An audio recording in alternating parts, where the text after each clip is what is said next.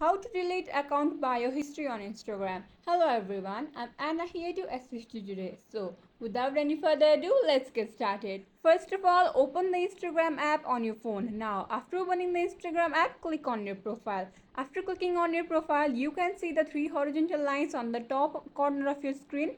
Simply click on that. After reaching settings and activity, click on your activity. Now, here you can see the option account history, so click on that.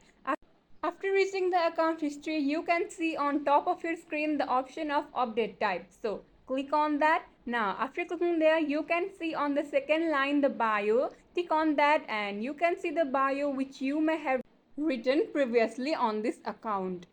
Here, if you are worrying about other people seeing your bios, then you don't need to worry about that because other people can see your bio as it is private. However, to remove or delete bio history on Instagram is not possible because the Instagram has not provided us with the function of deleting account bio history on Instagram. So, it is impossible to delete account bio history on Instagram, but you don't need to worry about it as it is private.